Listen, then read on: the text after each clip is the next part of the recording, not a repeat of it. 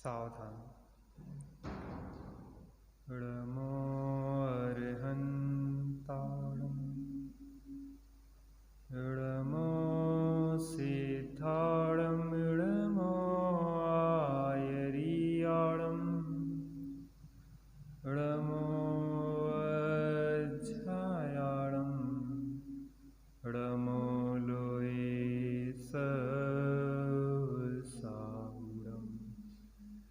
इस भवतरु को मूलिक जानहु मिथ्या भाव ताको करी निर्मूल अब करिए मोक्ष उपाय करिए मोक्ष उपाय।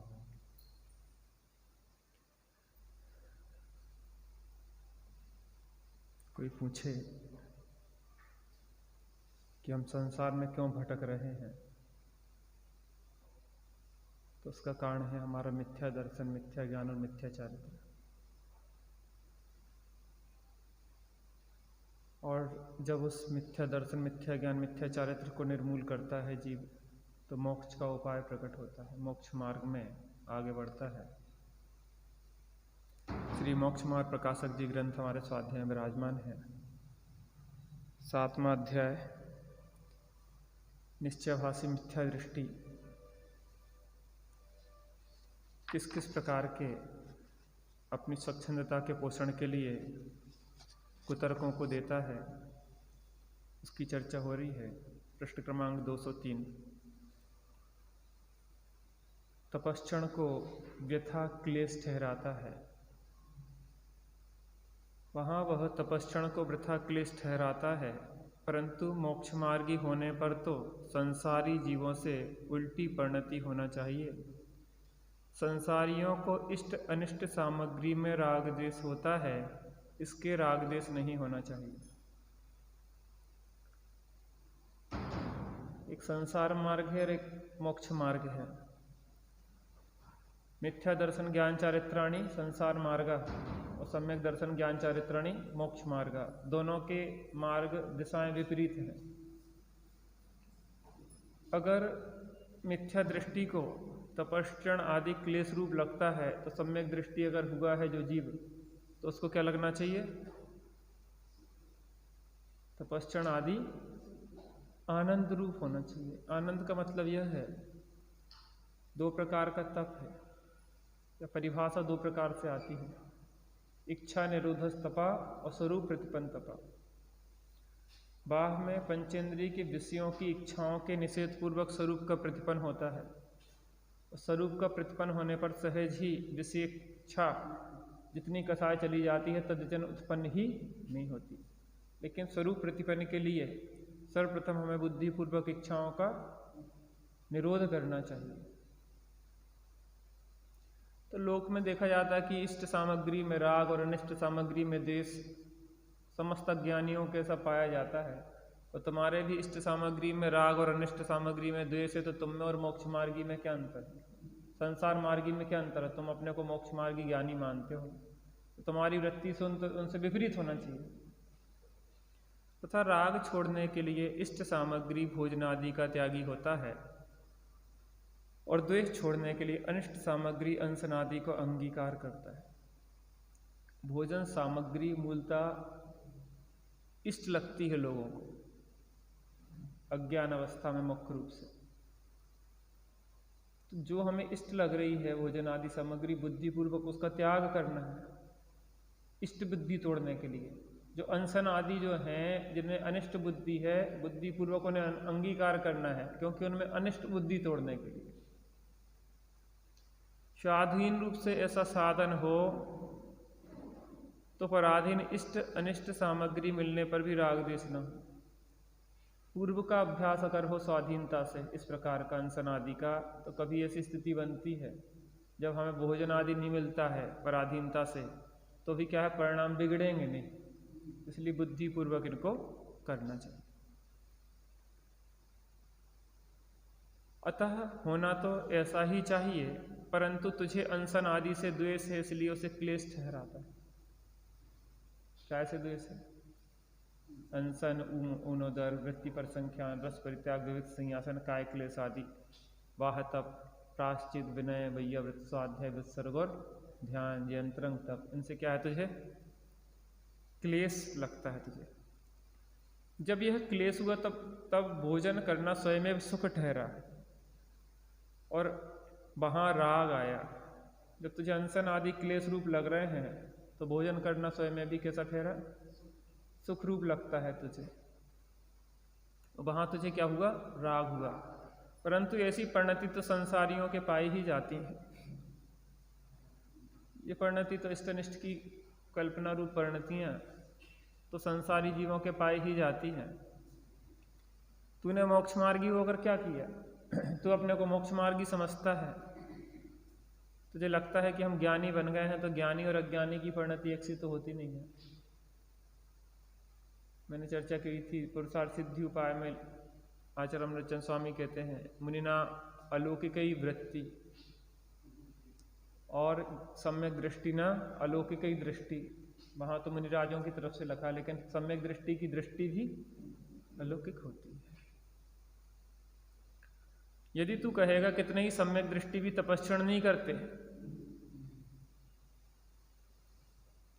कुतर्क सब प्रकार के हमारे पास, हम अपनी मिथ्या गलत मान्यताओं को पोषण के लिए हर प्रकार के कुतर्क जिनागम से खोज लेते हैं। निश्चयभाषी उसी जिनागम में से निश्चय पोषक कुयुक्तियों को खोज लेगा, व्यवहाराभासी व्यवहार पोषक कुयुक्तियों को खोज लेगा। लेकिन जिनागम में ज्ञानी जन जो समझा रहे हैं उस बात को समझना जरूरी है। यदि तू कहेगा कितने ही सम्यक दृष्टि भी तपस्क्षण नहीं करते, उसका उत्तर कारण विशेष से उनको तप नहीं हो सकता, परंतु श्रद्धान में तप को भला जानते हैं। कारण विशेष से तप हो या ना हो, लेकिन अंदर में तू कैसा जानता है? उसको भला जानता है तप को कि बुरा जानता है? परंतु श्रद्धान में तप को भला जानते हैं और उसके साधन का उद्यम रखते हैं। काय के साधन का? तप आदि के साधन का उद्यम रखते हैं। तुझे तो श्रद्धान यह है कि तप करना क्लेश है तथा तेरे तप का उद्यम नहीं है। बात श्रद्धान की है, होना ना होना अलग बात है। जैसे लगे ना माता पिता की सेवा, हर किसी को सेवा का सौभाग्य नहीं मिलता, लेकिन किसी को ना मिले वो बात अलग है। लेकिन तेरे अंदर तुझे लगे कि माता पिता की सेवा माने कष्ट, बड़े बूढ़ों की सेवा माने कष्ट, तो तेरे अंदर तो विपरीत मान्यता ही बैठी है। अंदर में लगे कि बड़ों का सानिध्य मिले, उनसे हम कुछ सीखें, वो बात अलग है। लेकिन तेरे अंदर तो लगे कि क्या फायदा, उनसे तो हमें परेशानी होगी, तो वो बात अलग है।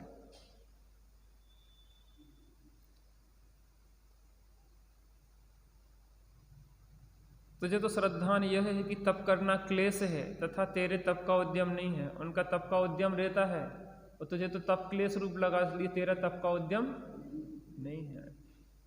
इसलिए तुझे सम्यक दृष्टि सम्यक दर्शन कैसे हो? ना है ना होने के अवसर हैं अभी तो, वर्तमान परिणति को देखा जाए, क्योंकि जो सम्यक सन्मुख होता है मिथ्या दृष्टि, उसकी परिणति भी विशिष्ट हो जाती है। उसकी पूर्व में सम्यक दर्शन के पूर्व भी उसकी मान्यता जिनागम के आधार पर चलती है, अपने हिसाब से नहीं चलती। तो क्या कह रहे हैं? तुझे तो श्रद्धान यह है कि तप करना क्लेश है तथा तेरे तप का उद्यम नहीं है, इसलिए तुझे सम्यक दृष्टि सम्यक दर्शन कैसे हो? है भी नहीं तुझे, तेरी परिणति को देख के लगता है, और अभी वर्तमान परिणति की कठोरता को देख के होने के अवसर भी नहीं दिखते हैं निकट में। फिर वह कहता है शास्त्र में ऐसा कहा है, तप आदि का क्लेश करता है तो करो, ज्ञान बिना सिद्धि नहीं होती। काय में लिखा है? जिनवाणी में लिखा है। क्या कह रहा है? शास्त्र में ऐसा कहा है कि तप आदि का क्लेश करो तो करो, ज्ञान बिना सिद्धि नहीं होती। सही बात है कि गलत बात है? बात तो सही है, लेकिन तू गलत तरीके से लगा रहा है। कहीं की दवाई कहीं लगा रहा है, जब कब किस चीज़ की ज़रूरत है तब उसको लगा रहा है। शीत ज्वर है और शीत औषधि दे रहा है, उष्ण ज्वर है उष्ण औषधि दे रहा है। तो डॉक्टर जी आगे लिखेंगे या लिख पहले पढ़ चुके शायद कि शीत ज्वर हो तो उष्ण औषधि देते हैं और उष्ण ज्वर हो तो शीत औषधि देते हैं। निश्चयभाषी को व्यवहार की प्रधानता वाला उपदेश देते हैं और व्यवहार भाषी को निश्चय की प्रधानता वाला उपदेश देते हैं। तुझे काय का उपदेश है, देखते हैं इसको। जो जीव तत्वज्ञान से तो परान्मुख हैं वह तप ही से मोक्ष मानते हैं, उनको ऐसा उपदेश दिया। तत्वज्ञान को तो करने का कोई उद्यम ही नहीं है। स्वाध्याय आदि से तो उन्हें एलर्जी है, आत्मा शब्द सुन लें तो करंट लगता है 440 वोल्ट का। और काय में लगे हैं तप भी कैसा, मनमाने ढंग का। जो जीव तत्वज्ञान से तो परान्मुख है वह तप ही से मोक्ष मानते हैं, उनको ऐसा उपदेश दिया कि तत्वज्ञान के बिना तप ही से मोक्ष मार्ग नहीं होता तथा तत्वज्ञान होने पर राग आदि मिटाने के लिए तप करने का तो निषेध है नहीं। जिसको तत्वज्ञान हो गया है, राग द्वेष निवृत्ति चरणम प्रतिपद्यते साधु, दर्शन त्यागी साहब ने पद्यान लिखा ना, राग देश की निवृत्ति के लिए साधु, वो दूसरा वो वाला अलग। यानी कि जिसके श्रद्धान हुआ है वो राग देश की निवृत्ति के लिए चारित्र को अंगीकार करता है। चरणम प्रतिपद्यते साधु, आचरण को अंगीकार करता है। जिसको सम्यक श्रद्धान ज्ञान हुआ है वो अब क्या करता है, बुद्धिपूर्वक चारित्र को अंगीकार करता है। यदि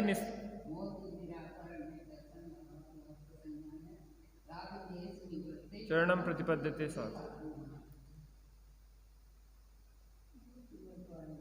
राग आदि मिटाने के लिए तप करने का तो निषेध नहीं है। यदि निषेध हो तो गणधर आदि तप किस लिए करते हैं, राग देश के निवारण के लिए। तप का निषेध नहीं है। अगर तप का निषेध हो तो गणधर आदि भी तप करते हैं, तो वो क्यों करते हैं, इसलिए अपनी इच्छा अनुसार तप करना, इसलिए अपनी शक्ति अनुसार तप करना योग्य है। इस बात में भी अपने को ध्यान रखना कि कीजिए शक्ति प्रमाण, शक्ति बिना श्रद्धा धरे। श्रद्धा धरे करने योग्य है, कर पा रहे नहीं कर पा रहे बात अलग है। कई बार क्या होता परिवार में कि पति चाहता है कि हम माता पिता को साथ में रखें और पत्नी विपरीत है तो नहीं रख पा रहे हैं,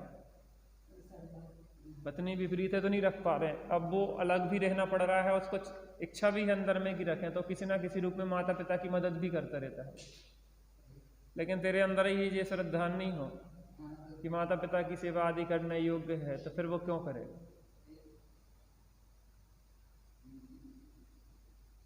देखो एक चीज़ का और ध्यान रखना चाहिए, छोटी छोटी बातों पे हमें ज़्यादा अड़ना नहीं चाहिए। परिवार में भी नए बच्चे हैं, बहू अभी शादी होके आई है, उसकी अपनी सोच है एक प्रकार से, हम भी एकदम से उस पर थोप ना दें। बोलने की शैली भी हमारे ऐसी होना चाहिए कि जिससे कि सामने वाले को बात समझ में आ जाए और बुरी भी नहीं लगे। और उसकी परिणति अपनी अपनी है, उसके संस्कार भी अपने हैं। मान लो आपके यहाँ 20 साल की कोई 25 साल की लड़की आई विवाह होके, तो 25 साल के उसके उस घर के संस्कार हैं वहाँ के। अब वो 25 साल के संस्कार आप सोचो कि 25 दिन में दूर हो जाएं या 25 महीने में दूर हो जाएं, तो कैसे हो जाएंगे। और बोलने का एक तरीका भी तो होता है हर काम का। हम बोले भी ऐसे टॉइंट कस के कि तेरी माताई ने क्या सिखाया है,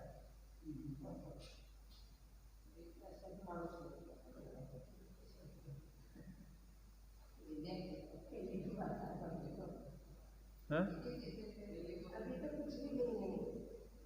अरे बता रहे हम तो, अरे अपन पता क्या होता, अभिप्राय में हो तो वो टॉइंट रूप में कहीं ना कहीं निकल आता है।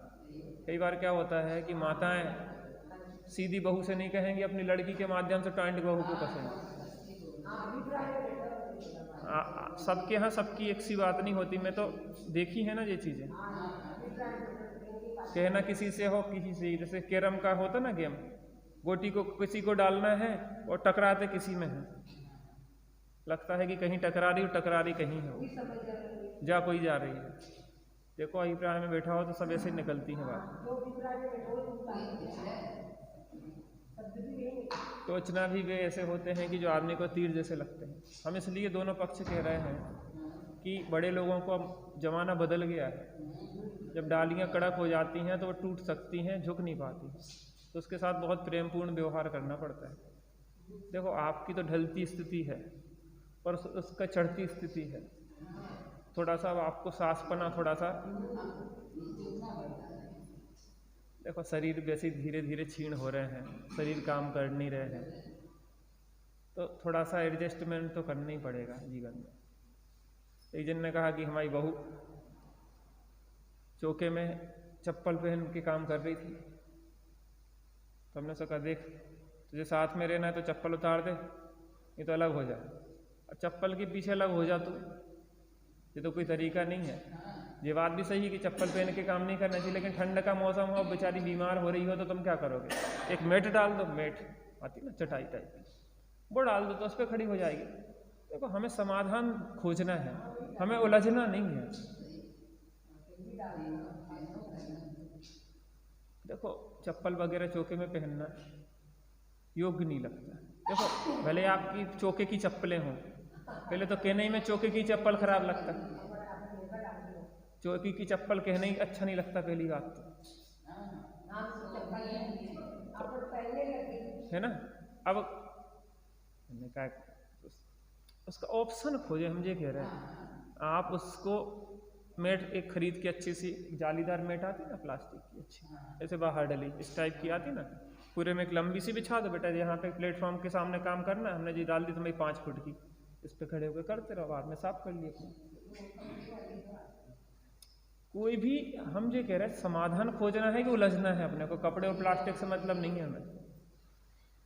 देखो जीवन हम जहाँ कल अपन ने चर्चा की थी जो कि वस्तु स्वतंत्रता को पहले स्वीकार करो, तब फिर सामने वाले से कहोगे तो निर्भरता होगी, और कर्तव्य तो होगा ना, तो तुम मीठे भी बोल रहे होगे तो जहर निकलेगा। शब्द बहुत अच्छे हैं लेकिन अंदर का अभिप्राय विपरीत है ना, तो वो कांटे जैसे चुभेंगे, आप समझो उस बात को।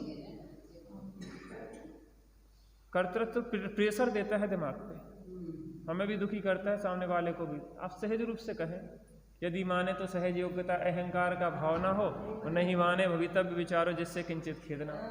हमारे घर में तो समता षोडशी और शांतनु अष्टक के इससे पोस्टर सामने लगा लिए कि जो ये समस्या आई तो सामने खड़े होकर पढ़ लो।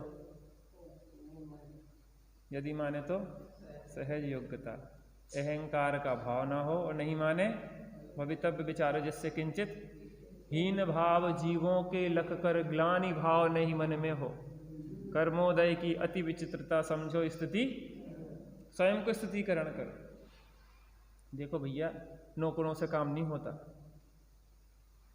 पैसा की ठसंग में हम अगर अपने लोगों को दूर कर देंगे तो नौकर नहीं करेंगे सेवा, न सवादी करवा पाएंगे, न नमोकार सुनाएंगे। सामने वाले देखो कई बार परिस्थितियां, तबीयत सामने वाले की ठीक नहीं है और आप उसी समय प्रेशर दे रहे हैं कि काम करो, तो फिर वो झुंझला जाता है। उसकी सिचुएशन भी, मनोविज्ञान भी तो समझना चाहिए। आप बड़े हैं तो आपको मनोविज्ञान समझना चाहिए बच्चों का। जमाना बदल रहा है, देखो इसी संसार में रहना है, कोई अलग से कोई उतर के नहीं आएंगे।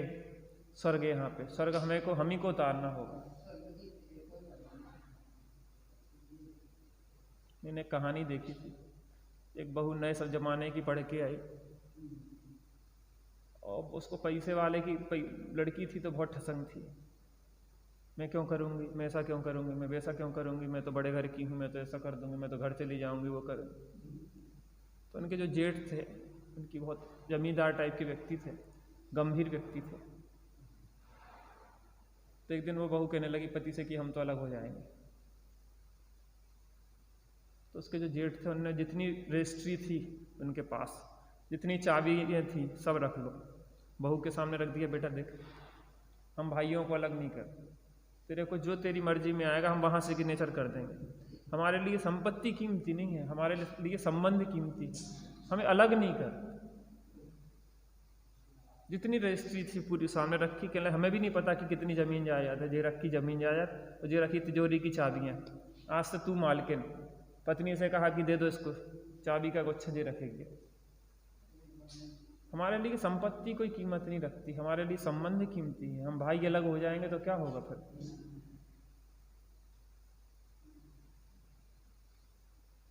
और उस समझदारी से जो हुआ कि उस बहू का ऐसा हृदय परिवर्तन हुआ कि वो चरणों में गिर गई तक। देखो ग्रंथ बहुत पढ़े हमने, लेकिन जीवन की समस्याओं के समाधान हम अभी भी नहीं खोज पा रहे। हम जहाँ जी रहे हैं वहाँ पे हम बहुत क्लेश में जी रहे हैं। हमारे चित्त में शांति नहीं है, हमें आत्मानुभूति कैसे हो। परिणति जब शांत होती है तभी अंतर्मुख होती है। हमारे यहाँ तो अंदर क्या है, खिंचाव चल रहा है, एक प्रेशर है 24 घंटे। फिर कहते हैं कि हमारे सामयिक में ध्यान में मन ही नहीं लगता। मन तब लगे कि जब परिणति एकदम हल्की हो।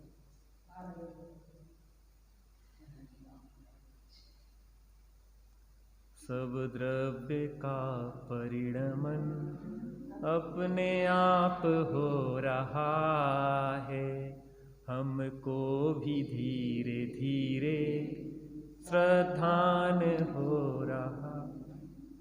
24 घंटे इसको घोलो जीवन में, फिर देखो जीवन में परिणति कैसे अंतर्मुख नहीं होती। जहाँ खड़े खड़े चौराहे पे परिणति अंतर्मुख हो जाएगी, भीड़ भाड़ के बीच में भी हो जाएगी। थोड़ा झुकना सीखो। देखो अपन अगर बहू के प्रति भी अगर तेज बोल गए, गलत बोल गए, तो जाके हाथ जोड़ के क्षमा मांग लेना। उससे आपकी उच्चता होगी, नीचापन नहीं होगा। अकड़ से थोड़ी ना कोई, जैसे वृक्ष जो फलदार होते हैं वो झुकते हैं, जो अकड़े रहते हैं वो तो अकड़ के फिर जाते हैं पानी या हवा के बहाव। गलती हमसे हुई तो हम क्षमा मांग लें, क्या दिक्कत है। इतना हल्का। देखो माहौल एक क्षण में बदला जा सकता है, एक क्षण में। और खींचते रहो तो पूरी जिंदगी एक ही चौका में रह के एक दूसरे से बात ना हो, ऐसी स्थिति भी बन सकती है। निरंतर कर्म बांध सकते और नरक में जाके फिर दोनों हिसाब चुकाओगे।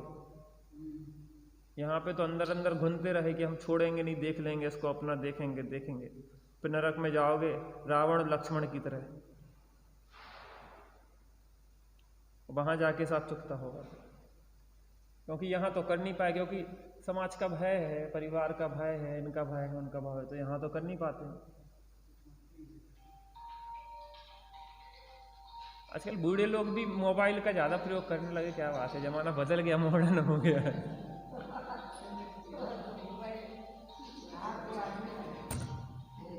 और एक समस्या और है, बेचारे बंद करना भी नहीं जानते। एक समस्या और उनके साथ। सवेरे बुआ जी बेचारी परेशान हो गई, मैं भागी। अब गेट खुलना है, बाहर भी अंदर खींच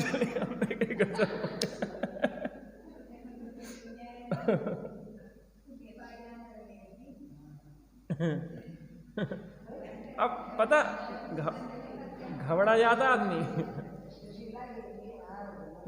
घबरा जाता आदमी, घबरा एकदम से। अब उसको क्या होना, गेट वो बाहर ढक्का देना था, वो खींच रही जब से। कह ले ये क्या हो गया, ताला लग गया क्या कोई। पता मुक्ति का मार्ग भी बहुत सरल है, सुखी होने का मार्ग भी बहुत सरल है। हम बाहर खोज रहे ना, अंदर में धक्का देना है और बाहर धक्का दे रहे हैं। सुख खोज रहा है, सुख प्राप्ति हेतु प्रयत्न करते हो, सुख जाता।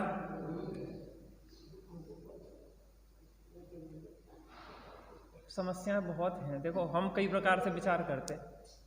अब घर पे ताला लगाया है, कोई आ गया, कोई बुलाएगा, क्या होगा, तो वो सब चीजें होती हैं।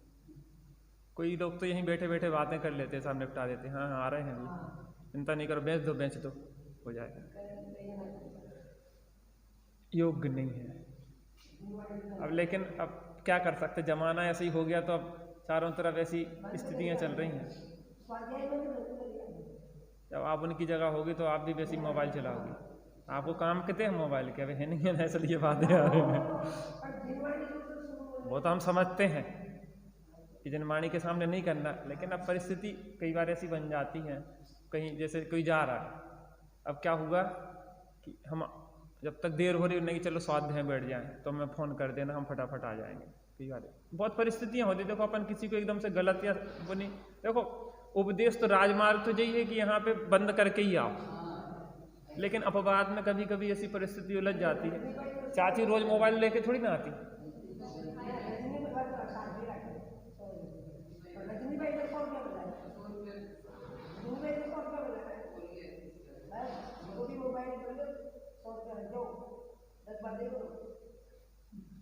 ये सब चीज़ें ठीक हैं, लेकिन एकदम हार्ड एंड फास्ट नहीं होता।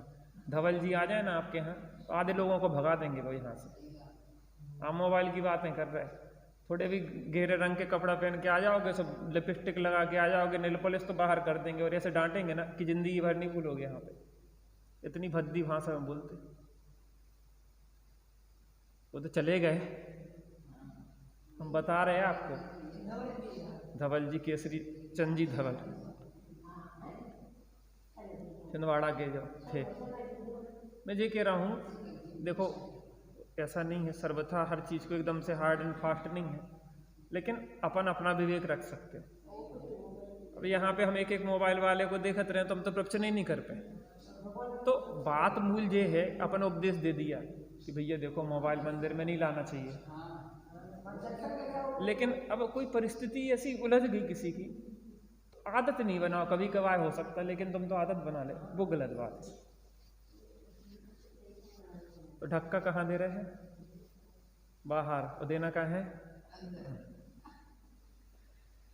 तो जो जीव तत्व ज्ञान से तो परान्मुख है, वह तब से ही मोक्ष मानते हैं। उनको ऐसा उपदेश दिया है कि तत्व ज्ञान के बिना केवल तप से ही मोक्ष मार्ग नहीं होता। तत्व ज्ञान होने पर राग आदि मिटाने के लिए तप करने का तो निषेध है नहीं। जो तत्व ज्ञान में तो लगा नहीं है, वो क्या कर रहा है? तप में लगा है। अरे बिना समझे ऐसे तप करने से होगा क्या? तो किसके लिए निषेध है वो? कि जो तत्व ज्ञान नहीं कर रहा और मात्र बाह तप में बिना समझे तप में लगा है, उसके लिए निषेध है। लेकिन तप का निषेध थोड़ी ना है।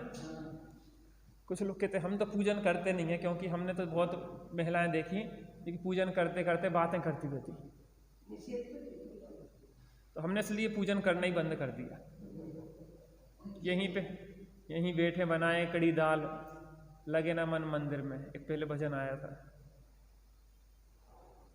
तो पूजा इसलिए नहीं करें हम कि लोग अपने घर की बातें मंदिर में पूजन के साथ साथ करने लग जाते हैं। अरे गलत कर रहा है तो गलत नहीं करो, बस इतनी तो शिक्षा लेना है। अब गलत तरीके से तप कर रहा है वो, और तत्व ज्ञान किया नहीं तो उसके तप का निषेध किया, लेकिन तत्व ज्ञान पूर्वक तप का निषेध थोड़ी ना किया।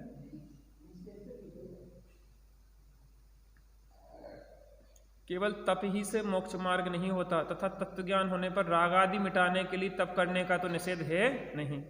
यदि निषेध हो तो गणधर आदि तप किस लिए करें? इसलिए अपनी शक्ति अनुसार तप करना योग्य है। अभ्यास करना चाहिए। अनुकूलताओं में किया हुआ भेद विज्ञान प्रतिकूलता आने पे छूट जाता है। हाय मरे, हाय डॉक्टर, हाय जे, हाय बे, हाय बे। थोड़ा सा अनुकूलता में, जैसे अभी अनुकूलता है, मच्छर काट रहा तो थोड़ी शांति से बैठो, थोड़ी ठंड सहन करो। जाके देखो पशुओं की क्या स्थिति है, ठंडियों में कैसे सहन करते हैं। कल हमें आरिका बनना है, कल मुनि बनना है, थोड़ा सा अभ्यास तो करना चाहिए। अभ्यास तो प्रतिकूलताओं का भी करना चाहिए। देखो वर्तमान की स्थिति ये है कि कोई किसी को मारता पीटता नहीं है मुख्यता से जैनियों में। तो सास बहू की लड़ाई भी होगी तो काय की होगी? जबान से होगी, हाथ पैर से नहीं होती जैनियों में। जब जबान की लड़ाई से ही हम इतने घायल हो जाते हैं, तो जब शरीर को काटेंगे, छेदेंगे, भेदेंगे, तब हमारा क्या होगा? तो जबान की लड़ाई ही हम सहन नहीं कर पा रहे। दो शब्द जिसको अपन कह रहे हैं पुद्गल के हैं, और पुद्गल के शब्द से चेतन घायल हो जा रहा, और जब असली के अस्त्र शस्त्र घलेंगे और हम उन्हीं दशा आरिका दशा में होंगे। कौन का आया है? सीता का, किसका आया था कि उनको शेर खा गया। आरिका जंगल में रहती, शेर खा गया। सीता का नहीं है शायद, और किसी का है। तो ऐसी स्थिति तो बन सकती ना। तो फिर बुद्धिपूर्वक अगर तपों को अंगीकार नहीं किया होगा तो प्रतिकूलता आने पे क्या होगा? व्रत नियम संयम छोड़ देंगे हम।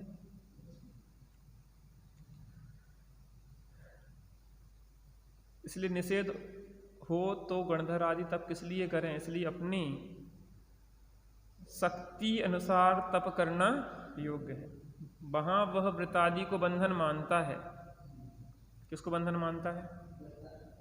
व्रतादि को करना क्या है? बंधन है। परंतु स्वच्छंद वृत्ति तो अज्ञान अवस्था में ही थी। ज्ञान करने पर तो परद्रव्य से परिणति को रोकना ही है। स्वच्छंद वृत्ति किसकी होती है? अज्ञानियों की होती है। तो वो तो स्वच्छंद वृत्ति पहले ही चल रही थी। तू कह रहा हम ज्ञानी हो गए तो अब तो स्वच्छंद वृत्ति रुकना चाहिए। हाँ, परंतु स्वच्छंद वृत्ति तो अज्ञान अवस्था में ही थी। ज्ञान प्राप्त करने पर तो परद्रव्य से परिणति को रोकना चाहिए था। परिणति जा रही है तो संकल्प पूर्वक उसको रोकना चाहिए कि अष्टमी चतुर्दशी है तो हम फला ऐसे ऐसे कार्य नहीं करेंगे, हम ये नहीं करेंगे, हम मोबाइल नहीं चलाएंगे, हम टीवी। बुद्धिपूर्वक आज हम सामयिक करेंगे, 1 2 टाइम 3 टाइम जितना जो है, आधा पौन घंटा कम से कम अपने साथ मिलेंगे। आज मंदिर धर्मशाला में रहेंगे या कहीं रहेंगे, एकांतवास में रहेंगे। बुद्धिपूर्वक विषयों से परिणति को रोकना है तथा उस परिणति को रोकने के लिए बाह्य हिंसादि कारणों का त्यागी अवश्य होना चाहिए। देखो अपन पहले चर्चा करके आए, द्रव्यलिंग पूर्वक भावलिंग होता है, भावलिंग पूर्वक सच्चा द्रव्यलिंग होता है। प्रत्येक गुणस्थान का पहले द्रव्यलिंग आता है, फिर उसका भावलिंग होता है। चौथे गुणस्थान का द्रव्यलिंग है कुगुरु कुदेव कुधर्म का त्याग, अन्याय अनीति अभक्ष का त्याग, लोक विरुद्ध राजविरुद्ध देश विरुद्ध कार्यों का त्याग करो, ये द्रव्यलिंग है। उस पूर्वक क्या होगा? तत्व ज्ञान करो, तत्व ज्ञान पूर्वक स्वानुभव होगा और स्वानुभव पूर्वक वास्तविक अन्याय अनीति अभक्ष का त्याग रूप भाव स्वयं में भी नहीं होंगे। लोक विरुद्ध राजविरुद्ध धर्म विरुद्ध कार्यों का करने के भाव ही नहीं होंगे, क्योंकि वो संबंधी कसाय ही चली जाएंगी स्वानुभव पूर्वक। लेकिन अगर उस कसाय को अगर दूर करना है तो पहले बुद्धिपूर्वक हमें क्या करना चाहिए? चरणानिक शैली से उन उपायों को गुरु कुदेव कुधर्म के सेवा करते हुए जी को सम्यक दर्शन हो जाएगा। क्या अन्याय नीति अभक्ष क्रूर परिणाम चल रहे हैं जिसके दूसरों को कष्ट देने के, उसको सम्यक दर्शन हो जाएगा। क्या इसी कारण जैसे पत्थर के ऊपर बीज नहीं बोए जाते या फलीभूत नहीं होते, तो ऐसी हमारी चित्त वृत्ति कठोर चल रही हो दूसरों के लिए पीड़ा पहुंचाने वाली, तो ऐसे सम्यक दर्शन रूपी बीज कैसे उग जाएगा? तो बुद्धिपूर्वक हमें त्याग करना चाहिए। गुरु को देव को धर्म का त्याग, लोक विरुद्ध राजविरुद्ध धर्म विरुद्ध कार्यों का त्याग, अन्याय अनीति अभक्ष का त्याग। तब परिणति कैसी होगी? आ जाओ।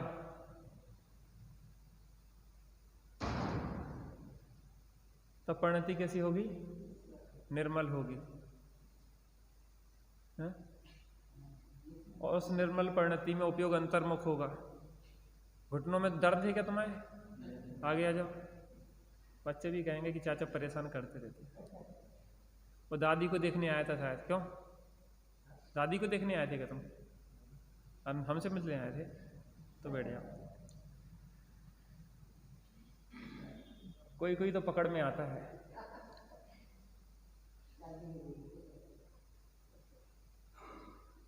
क्या कह रहे हैं? बुद्धिपूर्वक क्या है? द्रव्यलिंग, द्रव्यलिंग पूर्वक सच्चा भावलिंग, भावलिंग पूर्वक सच्चा द्रव्यलिंग। पंचम गुण स्थान के लिए क्या करना है?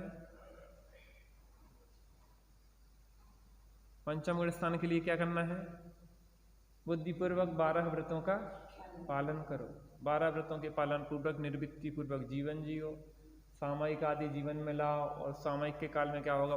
परिणति अंतर्मुख होगी, और अंतर्मुख परिणति में क्या होगा? कसायों का 2 कसाय के भाव पूर्वक सच्चा क्या होगा? भावलिंग होगा पंचम गुण स्थान जन। और फिर क्या होगा? पूर्व का जो द्रव्यलिंग धारण किया था अभी सच्चा नहीं था, वो तो चरणानिक शैली से था। अब क्या हो गया? अब सच्चा हो। तो ये संतुलन की धाराएं नहीं समझेंगे जब तक हम कहीं ना कहीं एकांत से झुक जाएंगे, या तो क्रियाओं के पहाड़ पर चढ़ जाएंगे या स्वच्छंदता में अटक जाएंगे, मात्र कोरे ज्ञान अभ्यास में लग जाएंगे। अब अगर हमें मुनि दशा धारण करना है तो बुद्धिपूर्वक वैराग्य आदि भावनाओं को बहाना होगा, व्यवहार धर्म के कार्यों को बढ़ाना होगा, बाहर के पापाचार माने बाहर की चीज़ों से निवृत्ति लेना होगी और अधिक, और गुरु के समक्ष जाके बुद्धिपूर्वक मुनि दशा को अंगीकार करना होगा जब परिणाम विशुद्धि बढ़े। फिर सामायिक आदि के काल में फिर 3 कसाय का भाव होगा, तब सच्चा भावलिंग होगा मुनि दशा योग्य, और फिर उस परिणति में जो द्रव्यलिंग है वो सच्चा द्रव्यलिंग कहलाए। और ऊपर चढ़ना है तो और भाव विशुद्धि बढ़ाना होगी, और अंतर्मुखी और अभ्यास करना होगा। उस अंतर्मुख अभ्यास में क्या होगा,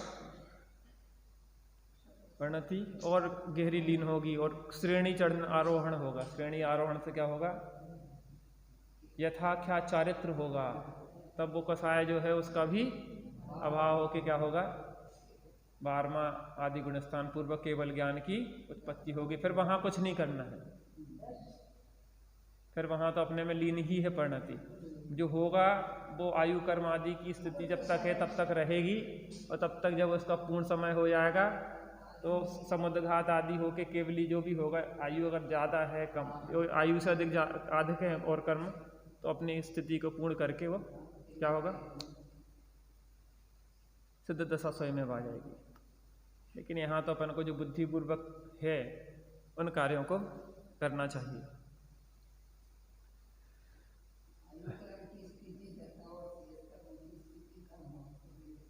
क्या?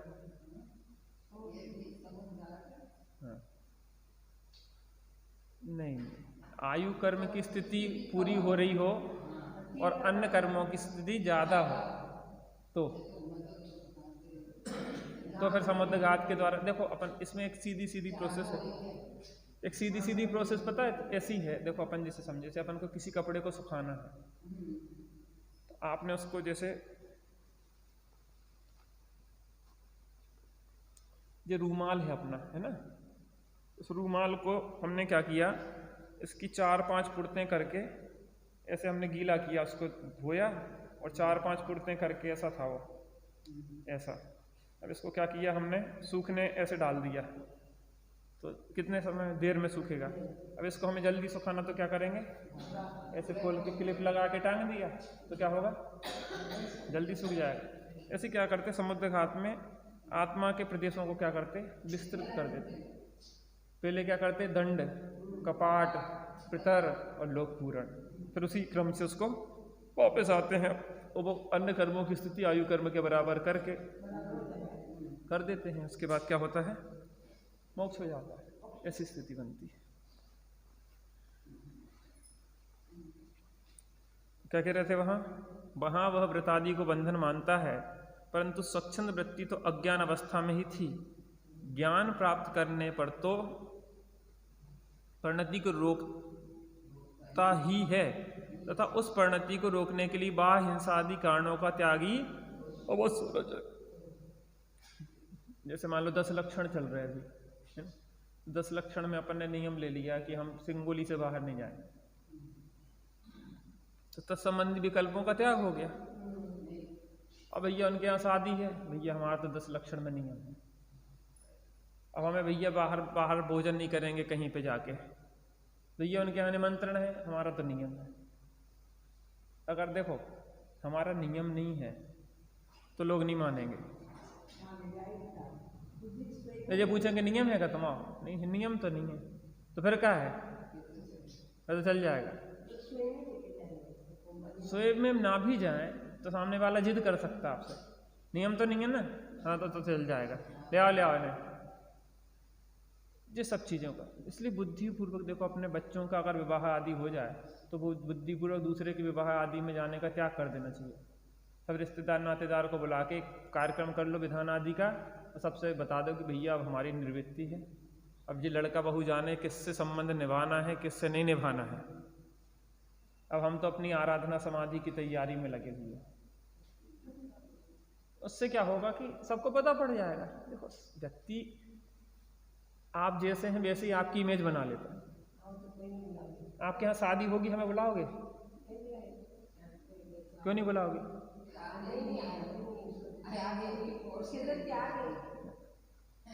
आप हमसे शादी के लिए कुंडली मांगोगी? क्यों नहीं मांगोगी? क्योंकि हमारा त्याग है। तो त्याग है जिस चीज का, तो फिर विकल्प भी तो नहीं देते ना, लोगों को जानकारी भी दी जाती है। इसलिए तो दीक्षा सबके सामने दी जाती है कि भैया सबको पता पड़ जाए कि इन्हें निर्वृत्ति ले ली। नियम संयम सबके सामने क्यों लिए जाते कि भैया इन्हें निर्वृत्ति ले लिया, इन्हें उस संबंधी इन्हें विकल्प नहीं है। फिर वह कहता है हमारे परिणाम तो शुद्ध हैं, बाह्य त्याग नहीं किया तो नहीं किया। अपने परिणाम कैसे हैं? कैसे हैं अपने परिणाम? आता शुद्ध हैं, बाह्य त्याग नहीं किया तो नहीं किया। यदि ये हिंसाधिकार तेरे परिणाम बिना स्वयं होते हो तो हम ऐसा माने। हिंसाधिकार चल रहे हैं, कर रहा है बुद्धिपूर्वक, वो कह रहा है कि वो तो हमारा परिणाम नहीं है। परंतु यदि तू अपने परिणाम से कार्य करता है तो वहां तेरे परिणाम शुद्ध कैसे कहे? बुद्धिपूर्वक तो हिंसा आदि कार्यों में लगा है, वो कह रहा है हमारा परिणाम भाव नहीं है भैया, हमारा दिल दुखाने के भाव नहीं है। बोल रहा है कठोर वचन, बिना देखे दौड़ता भागता चला जा रहा है, वो कह रहा है कि मानने का भाव तो नहीं। मैं यहाँ थोड़ा 5 मिनट देरी हो गई, क्यों? मैं शौचालय में पानी डाला, एक छोटी पंखी थी, पंखी हो जाती है ना बाथरूम में, पंखी थी, मैंने ध्यान नहीं दिया तो वो पानी के साथ एकदम से नीचे चली गई सीट में। उसको निकालने में 5 मिनट लग गए। उसको निकाल के हमने बाहर कर दिया, वो जिंदा हो गई, बैठ गई, तो हमें शांति मिली कि चलो उस पंखी की जान बच गई। नहीं तो प्रमाद था ना, वो बैठी थी बगल में, एकदम से पानी डाला और बेचारी उसके साथ नीचे। ये कोई जिंदा थी, वो निकाल अब ऐसे जल्दी निकाल दो ना तो क्या होता, वो मर जाते जी, पंख मंख टूट जाते। उसको थोड़ी आराम से निकालना पड़ता वो वेस्ट कोई भी चीज। तो थोड़ा हमारा तो भाव नहीं है, अब बिना अंधे की तरह तो दौड़ते जा रहे हो कि ये भाव नहीं है हमारे, ऐसा थोड़ी ना होता। परिणाम बिना थोड़ी ना हमारी क्रियाएं चल रही हैं। परंतु ये तू अपने परिणाम से कार्य करता है तो वहां तेरे परिणाम शुद्ध कैसे कहें? विषय सेवनादि क्रिया अथवा प्रमाद रूप गमनादि क्रिया परिणाम बिना कैसे हो? लगा तो विषय सेवन में है, पंचेंद्रिय के विषयों में बिल्कुल लगे हैं आखंड, एक मकान, एक जमीन, एक खेत, एक बिल्डिंग और जे वो सब में लगे हैं। हमारा भाव नहीं है भैया, बिना भाव की क्रियाएं चल रही क्या? ये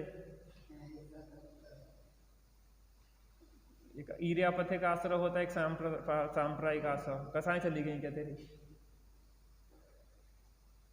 विषय सेवनादि क्रिया अथवा प्रमाद रूप गमनादि क्रिया परिणाम बिना कैसे हो? बिना परिणाम के नहीं होती है। तो स्वयं उद्यमी होकर तू कर, वह क्रिया तो स्वयं उद्यमी होकर करता है, परंतु वहां जो हिंसा आदि होते हैं उन्हें गिनता नहीं है। परिणाम शुद्ध मानता है, परंतु ऐसी मान्यता से तेरा परिणाम अशुद्ध ही रहेगा, तेरे परिणाम अशुद्ध ही रहेंगे। शुद्ध है परिणाम, क्रियाएं चल रही हैं प्रमाद रूप, विषय सेवनादि रूप।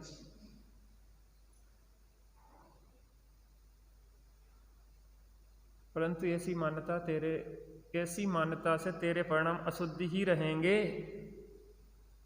भ्रम से अपने को कुछ भी मानते रहे, उससे काम थोड़ी ना होगा। देखो भैया, ये किसी दूसरे की चर्चा नहीं है, हम सबकी चर्चा है। हमारी और आपकी परिणति एक सी चल रही, थोड़ी किसी की कम किसी की ज्यादा। हम सबको हम कहाँ खड़े उससे आगे बढ़ने का प्रयत्न करना है। अनादिकाल से हमने अपनी दोषों को दूर नहीं किया, लेकिन अब मनुष्यपर्याय आई है तो हमें अपने दोषों को दूर करना है। जहाँ हम खड़े हैं हमें वहाँ से अपने लौकिक और पारलौकिक दोनों जीवन सुधारना है। हमें वर्तमान में हम जहाँ रह रहे हैं उस स्थिति को भी सुंदर बनाना है। एक व्यक्ति पता बीमार क्यों रहता है? जहाँ रह रहा है वहाँ क्लेशपूर्ण रहता, वो 24 घंटा प्रेशर और टेंशन में जीता रहता। ऐसे में लाखों हजारों बीमारियां पनपती रहती शरीर में। जहाँ रह रहे हैं थोड़ा सा दिलेरी दिखाओ, अचेतन के पीछे चेतन का तिरस्कार नहीं करो, प्रेम वात्सल सामने की बात को समझो और बातों को हल्के में लेने का प्रयास करो।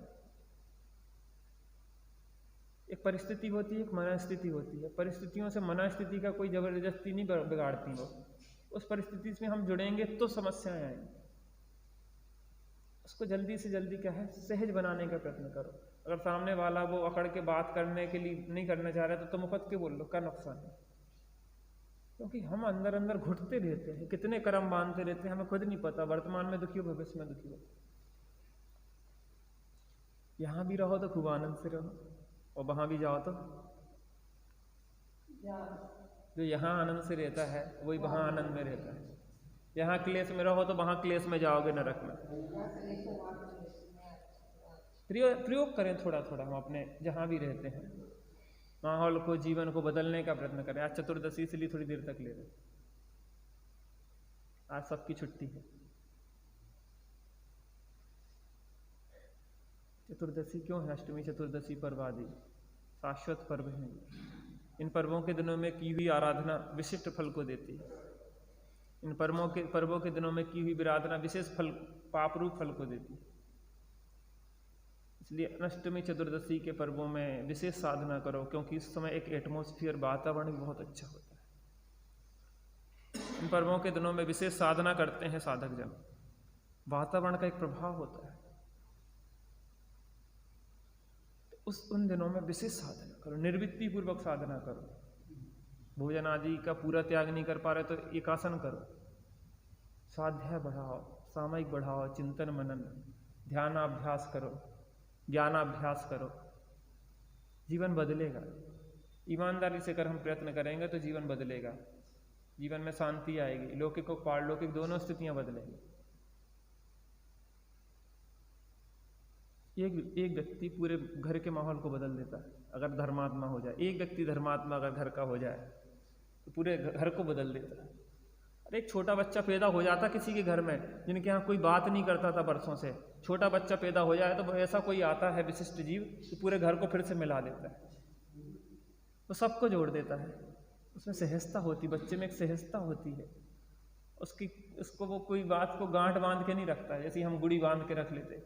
20 साल बाद भी पता उसने हमें एक शब्द कहा था 20 साल पहले, तो हमें वो शब्द, वो दिन, वो तारीख, वो मिनट, वो सेकंड, 5:15 और 25 सेकंड पे उन्होंने मुझे वो शब्द कहा था 25 साल पहले। और हमने आपको अभी 5 मिनट पहले क्या बात बताई थी इसमें से? हमारी बुद्धि याद नहीं रहता हमें क्या कर। माता देखो पीछे ध्यानस्थ हो गए, क्या करें माता? माता आती देर में है, पर माता क्या हो जाता है? थोड़ा ध्यान रखो, उपयोग को सूक्ष्म करो। है? क्या कह रहे? आगे जाते क्या कर, वृद्धावस्था है, अब शरीर भी काम नहीं करता। जवानी में तो अपन लगे रहे बाहर की भाग दौड़ में ज़्यादा, और अब समय आया है तो अब शरीर काम नहीं करता है, वो थोड़े थोड़े में परेशान करता रहता है। फिर भी जागृत रहो तो शरीर भी जागृत हो जाएगा। आप लोगों से इतनी बात कह देते हम आत्मीयता के कारण, हमारा कोई अधिकार नहीं, लेकिन हमें ऐसा लगता है कि अपन लोगों ने सुना समझा है तो जीवन में कुछ प्रयोग करेंगे तो अच्छा जीवन बनेगा। लोगों को आपके जीवन से शिक्षा मिलेगी, हमारे जीवन से शिक्षा मिलेगी। तो देखो हमने तो प्रयोग किया है जीवन में, इसलिए कहते हैं। हमने भी बहुत स्थितियां देखी हैं और इन सब से निकल के आए हैं। दुनिया के लौकिक सब चीज़ों को घूम घाम के आने के बाद हम इतनी बात कह पा रहे हैं। नहीं देखें तो फिर हम कैसे आपसे बताएं कि ऐसा ऐसा जीवन में कैसे सामंजस्य बिठाला जाए।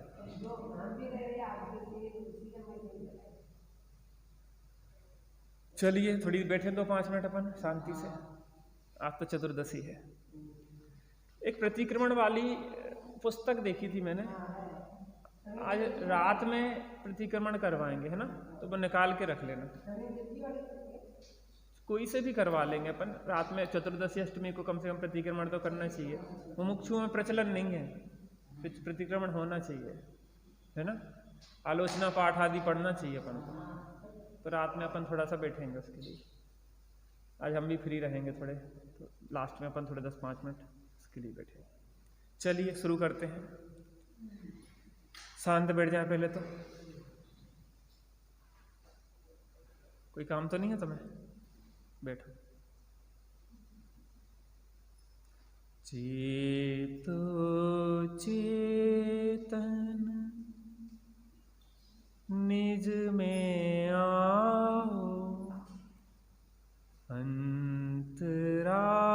अंतरात्मा बुला रही है। जग में मेरा कोई नहीं है, मैं खुद ज्ञानानंद मई हूँ। एक बार अपने में आ जा, अपनी खबर क्यों भुला रही है। चेतो चेतन निज में आओ, अंतरात्मा बुला रही है। हे चेतन, अब तो चेतो, अंतरात्मा की आवाज़ को सुनो जो निरंतर अंदर की ओर बुला रही है। अब बाहर में भटकना योग्य नहीं है। बाहर में दुख, क्लेश और पीड़ा ही मिलती है, अंदर में अतीन्द्रिय आनंद मिलता है। कुछ क्षणों के लिए बिल्कुल शांत होके अपने उपयोग को अंतर्मुखी करें, उपयोग को उपयोगवान में जोड़ें, जिससे हमारे जीवन में भी परम शांति आए।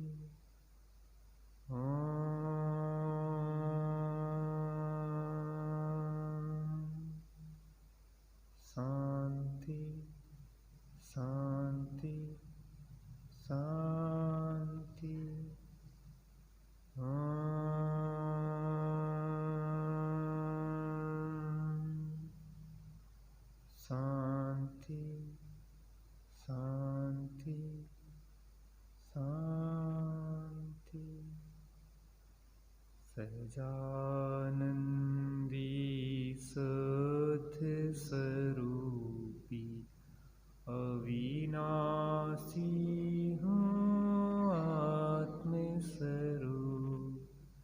सहजानंदी शुद्ध स्वरूपी अविनाशी हूँ आत्मस्वरूप।